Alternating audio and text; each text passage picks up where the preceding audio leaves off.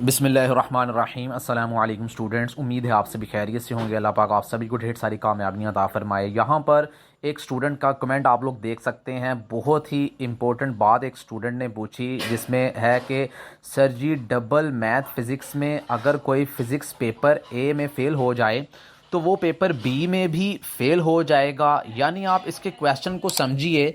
जिन जिन student के result आने वाले हैं पंजाब यूनिवर्सिटी से, सरगोदा यूनिवर्सिटी से, GCUF, IUB, जहाँ से भी रिज़ल्ट आने वाले हैं, ये बात आप लोगों के लिए जानना बहुत ज़रूरी है। क्योंकि देखिए, आप लोगों ने पार्ट 1 का भी एग्ज़ाम दिया होता है, पार्ट 2 का भी एग्ज़ाम आप लोग देते हैं, तो इसमें ये चीज़ जानना बहुत ज़रूरी है कि अगर आप लोग किसी एक पार्ट में, किसी एक सब्जेक्ट में, यानी पार्ट 1 के किसी भी एक सब्जेक्ट में फ़ेल हो जाते हैं, तो क्या आप लोगों को पार्ट 2 के भी उसी सब्जेक्ट में फ़ेल ही कंसिडर किया जाएगा? यानी आप लोगों की इंग्लिश का एक सब्जेक्ट है, पार्ट 1 में इंग्लिश के सब्जेक्ट में फ़ेल हो जाते हैं, तो क्या पार्ट 2 में भी आप लोग इंग्लिश के सब्जेक्ट में फ़ेल ही कंसिडर होंगे, चाहे पास हो या फ़ेल हो?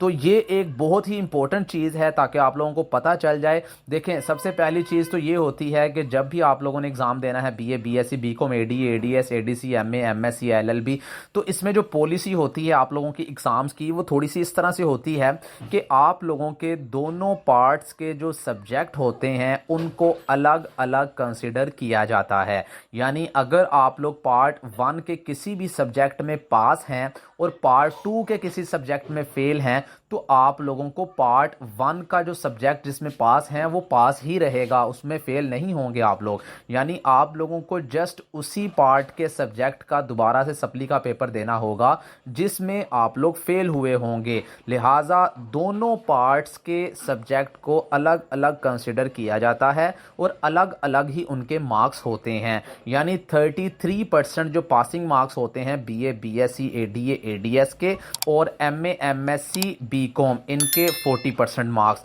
लिहाजा पार्ट 1 के 33 एंड 40% मार्क्स अलग से कंसिडर होते हैं और पार्ट 2 के 33% या फिर 40% मार्क्स अलग से कंसिडर किए जाते हैं, और इस तरह से आप लोगों का रिजल्ट जो है वो बनता है। लिहाजा आप लोगों के लिए आगे जो रिजल्ट आप लोगों का आना है, उसमें अगर किसी किस्म की कोई परेशानी आती है तो आप लोगों के साथ ये बातें जो हैं वो जानना बहुत ज़रूरी हैं, ताकि आप लोग परेशान ना हो। बाकी कोई मज़ीद बात जानना चाहें तो आप लोग कमेंट सेक्शन में पूछ सकते हैं, इंशाल्लाह उसका भी जवाब दे दिया जाएगा। मज़ीद अपडेट्स के लिए इस चैनल के साथ जुड़े रहिएगा, इसको सब्सक्राइब कर लीजिएगा, जाते हुए वीडियो को लाइक ज़रूर कीजिएगा। अब तक के लिए इजाज़त दीजिए, अल्लाह हाफिज़।